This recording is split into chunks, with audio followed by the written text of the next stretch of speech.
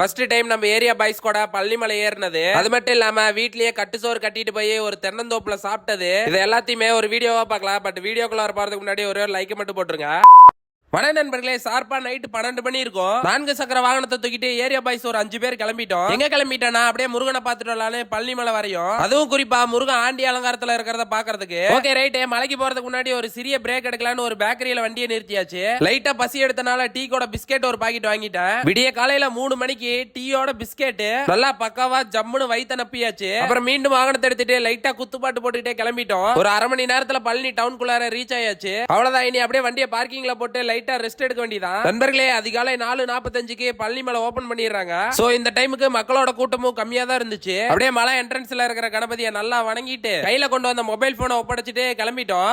2 hours later. Okay right, சிறப்பான தரிசனம் பண்ணிட்டு மலை கீழே இறங்கியாச்சு. நண்பர்களே, அதிகாலை 5 மணி டு 7 மணி வரையும் தான் முருகன் ஆண்டி அலங்காரத்துல இருப்பாரு. மறக்காம போனீங்கன்னா நேரமா மலையேறி பாத்துருங்க. ஆனா அதிகாலை 4 மணியை விட காலை 7 மணிக்கு தான் பழனி மாதிரி இருந்தது. தீத்த குடம், காவடி, ட்ரம் செட்டுன்னு பட்டாசா இருந்துச்சு. ஓகே ரைட், அப்படியே வீட்டுக்கு சிப்ஸ் அல்வாலாம் வாங்கலான்னு ஒரு கடைக்கு வந்துட்டோம். எப்படியோ நம்ம மாப்பிள்ள கடைக்கு வந்ததுல இருந்து ஒரு 1/2 கிலோ சிப்ஸ் தின்னு இருப்பான். அவங்களும் கொடுத்துட்டே இருக்காங்க, இவனும் சாப்பிட்டுட்டே இருக்கான். ஓகே நண்பர்களே, மலைக்கு வந்துட்டு சிப்ஸ் வாங்கணும்னு நினைச்சீங்கன்னா இந்த கடையை ட்ரை பண்ணலாம். மலை என்ட்ரன்ஸ்க்கு ரைட் சைடுலயே இருக்கு. நாங்களும் சிப்ஸ் அல்வாலாம் வாங்கிட்டு அப்படியே பார்க்கிங் இருக்கிற இடத்துக்கு கிளம்பிட்டோம். நேரா வாகனத்தை எடுத்துட்டு நீ சாப்பிடறதுக்கு ஒரு நல்ல இடமா பார்த்து நிறுத்த வேண்டியதான். அடுத்ததா கணக்கம்பட்டி சித்தர் ஜீவசமாதி போற வழியில ஒரு தென்னந்தோப்பு கண்ணுல பட்டுச்சு. நேரா தோப்புக்குள்ள வந்து ஜம்முன்னு ஒரு சிட்டிங்க போட்டாச்சு. ஆல்ரெடி நாங்க வீட்ல இருந்து வரும்போதே கட்டுசோறு கட்டிட்டு வந்துட்டோம். அதாவது புளி சாப்பாடு கிளறிட்டு வந்தாச்சு. அந்த புளி சாப்பாடுக்கு சைடிஸா தக்காளி சட்னி. நல்லா ஒரு செகண்ட் நினைச்சு பாருங்க, பசங்க கூட பழனிமலை ஏறிட்டு வந்துட்டு ஜம்முன்னு ஒரு தென்னந்தோப்பு பிடிச்சி வீட்டுல கிளறிட்டு வந்த கட்டுசோரை சாப்பிட்டா எப்படி இருக்கும்னு இதோட டேஸ்ட பத்தி வாயாலெல்லாம் சொல்ல முடியாது. ஃபீல் பண்ணி பார்த்தா மட்டும் தான் தெரியும். டோட்டலா நல்லா திருப்தியா வயிறு நம்ம எல்லாருமே சாப்பிட்டோம். நல்லா மனசும் நிறைஞ்சது, வயிறும் நிறைஞ்சது. கண்டிப்பா ஹோட்டலுக்கு போனா இந்த ஃபீல் வந்திருக்கவே வந்திருக்காது. மறக்காம ஃபேமிலியோடவோ இல்ல ஃப்ரெண்ட்ஸோடவோ வெளியே கோயிலுக்கெல்லாம் போனீங்கன்னா ஜம்முன்னு வீட்லயே கட்டுசோறு கட்டிட்டு போய் இந்த மாதிரி ஒரு அருமையான ஸ்பாட்ல சாப்பிட்டு பாருங்க.